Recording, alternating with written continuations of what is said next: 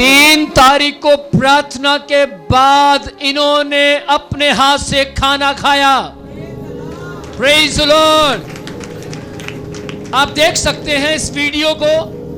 इस वीडियो के अंदर ये खाना खा रहे हैं प्रार्थना के बाद।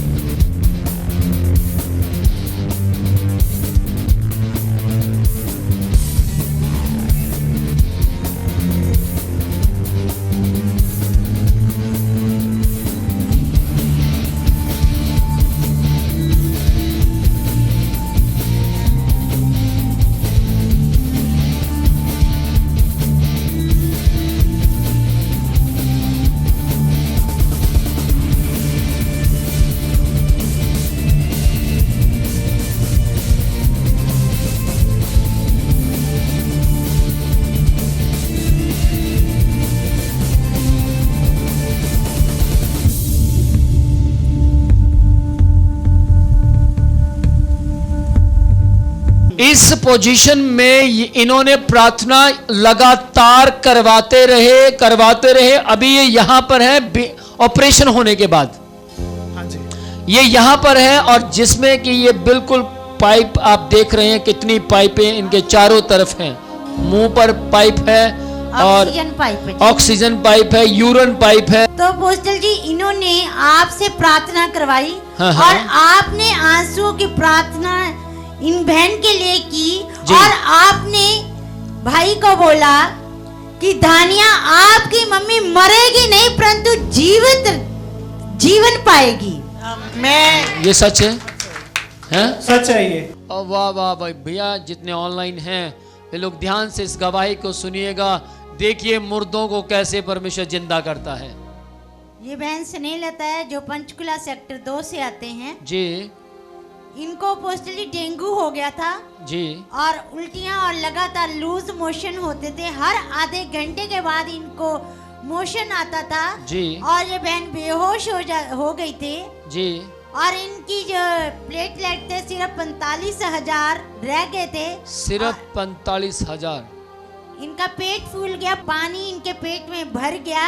हाँ। और इनको फोर्टिस्ट में आईसीयू में एडमिट करवाना पड़ गया। जी जी। और वहाँ पर जाते जाते जो प्लेटलेट थे सिर्फ 10,000 रह गए थे। कितने रह गए? 10,000। सिर्फ 10,000। 10,000 का मतलब है मौत की ओर बढ़ना। मैं सही कह रहा हूँ जी। 10,000 सेल का मतलब है बॉडी में अब जीने की उम्मीद नहीं है जी, कम हो रही है। हाँ। पेट में पानी उन्होंने निकालने की कोशिश की पर पेट में से पानी नहीं निकला। हाँ। डॉक्टर ने बोला कि ये कैंसर हो सकता है। हाँ। और जहाँ कोई क्लॉट के कारण पानी नहीं निकाल पा रहे, इसलिए उन्होंने का सीटी स्कैन हुआ। जी जी। सीटी स्कैन होने के बाद पता चला कि लीवर के अंदर पानी है और लंग्स के अंदर पानी है और इनका जो लीवर था वो बहुत ज्यादा फैटी हो गया था और 2 जगह पर इनके अंदर से ब्लीडिंग होने लगी। जी जी। ब्लड बहने लगा और डॉक्टर ने बोल दिया कि इमरजेंसी हाई रिस्क में इनका ऑपरेशन करना पड़ेगा। Emergency high risk. हाँ जी जी। और ये बहुत ही ज्यादा घबरा गए, पूरा परिवार रोने लगा। इन्होंने प्रेयर टावर पर लगातार प्रार्थना। हाई रिस्क समझ पा रहे हैं? हाई रिस्क मतलब अंतिम समय में यानी अंतिम समय में ये पहुंच गए और डॉक्टर ने भी इनसे साइन करवा लिए कि अब कुछ भी हो सकता है इस ऑपरेशन में जी। और इनके लिए डॉक्टर ने बोला कि 48 घंटे यदि इनके निकल गए तो बच जाएंगे, पर 48 घंटे इनके लिए निकालना बहुत ज्यादा मुश्किल हो गया था और एक ना उम्मीद सी हो गई थी। ये पूरा परिवार आंसुओं के बीच में था। लगातार कितने दिन ये हॉस्पिटल में रहे? बताइए। ये 18 दिन हॉस्पिटल में रहे, 16 दिन आईसीयू में। लगातार 18 दिन हॉस्पिटल में रहे, 16 दिन आईसीयू में रहे। अब आप समझ सकते हैं कि ये कितने वीक, कमजोर हो चुके होंगे। मेरे पास फोटोज है जब ये जी जब पहली बार इनका टेस्ट हुआ था तो ये ऐसे थे। ओके ठीक है, उसके बाद जब एक मिनट, हॉस्पिटल लेके गया तो ये कुछ ऐसे थे। जी उसके बाद जब इनके खाना खाते खाते पेट फूल गया तो ये कुछ ऐसे हो गए। उसके बाद जब इनकी सर्जरी हुई, सर्जरी जब ब्लीडिंग रुकी, उन्होंने सर्जरी थी वो 2-2.5 घंटे की, तो जब प्रार्थना हुई तो वो सर्जरी 35 मिनट की हो गई। ओ दोबारा से सुनेंगे। अपोस्टल जी मैं बताती हूँ। जी जिस टाइम ये तीनों बच्चे बहुत ज्यादा बिलखने लगे, हाँ, हाँ। रोने लगे, उम्मीद कम होने लगी, जी, जी। और इन्होंने आपसे प्रार्थना करवाई जी। और आपने इनको बोला कि कुछ ना होगा, आप चिंता मत कीजिए। जी। जो ऑपरेशन था 2 घंटे का ऑपरेशन था, केवल 35 मिनट में हो गया। 2 घंटे का ऑपरेशन 35 मिनट में सफल हो गया प्रार्थना के बाद। हालेलुया।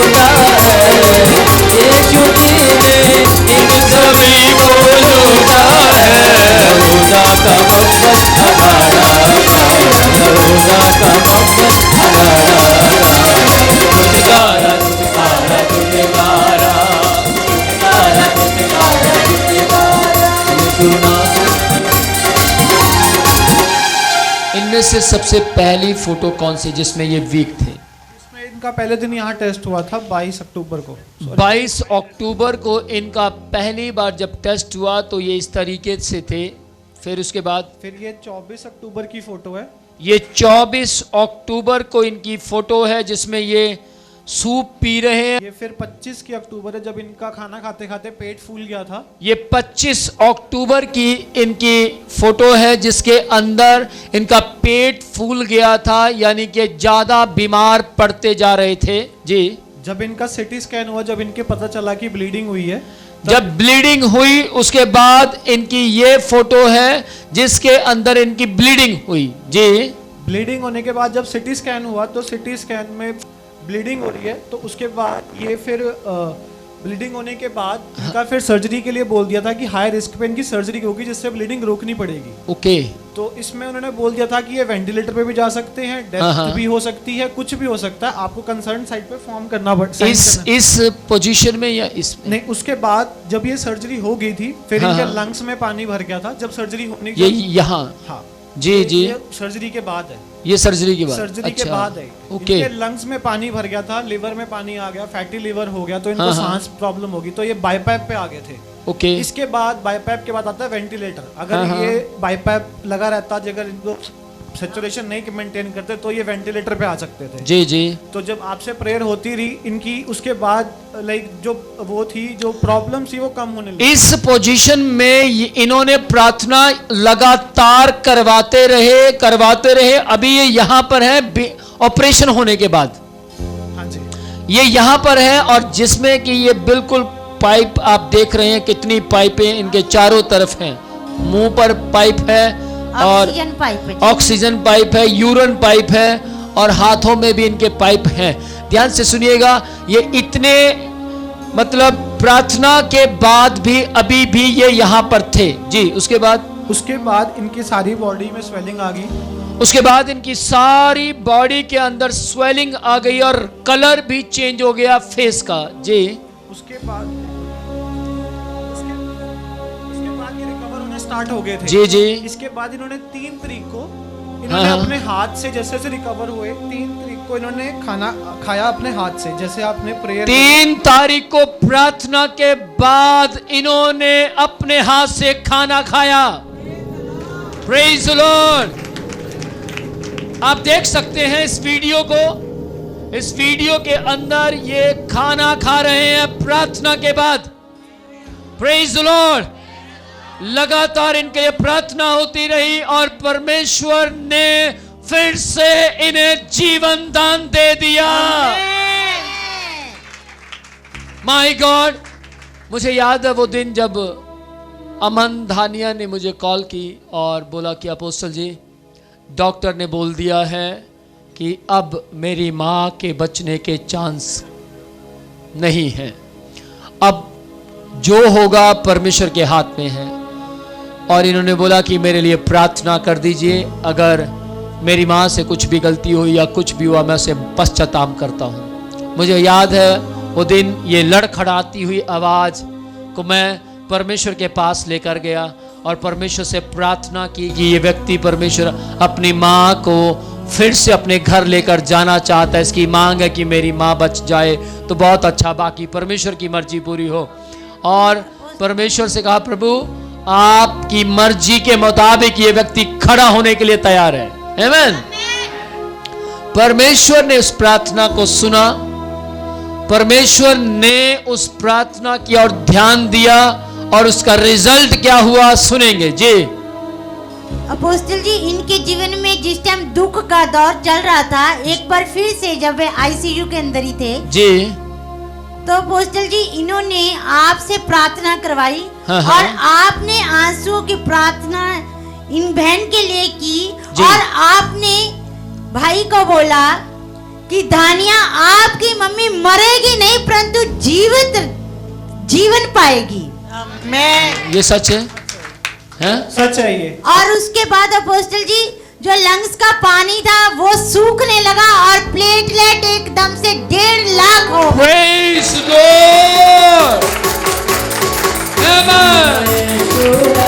कमाल का मेरा यीशु है, कमाल का मेरा यीशु है, कमाल का मेरा यीशु है, कमाल का जिसके जैसा कोई नहीं, कोई नहीं, जिसके जैसा कोई नहीं, वो मेरा यीशु है, कमाल का मेरा यीशु है, कमाल का मेरा यीशु है, कमाल का उसके जैसा कोई नहीं, और उसके जैसा कोई नहीं, कोई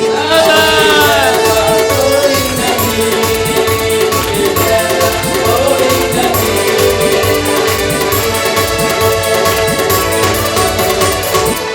ये बहन वही है आप सबके सामने जो बेहोश थी, ये बहन वही है जो आईसीयू में एडमिट थी, ये बहन वही है जिसकी कोई उम्मीद नहीं थी परंतु परमेश्वर ने इन्हें जीवित किया और अब आपके सामने बड़ी Amen. Praise the Lord. Hallelujah. ध्यान से सुनिएगा, परमेश्वर अपने दासों की आवाज को, शब्द को, वाणी को रिस्पेक्ट देता है। आमेन।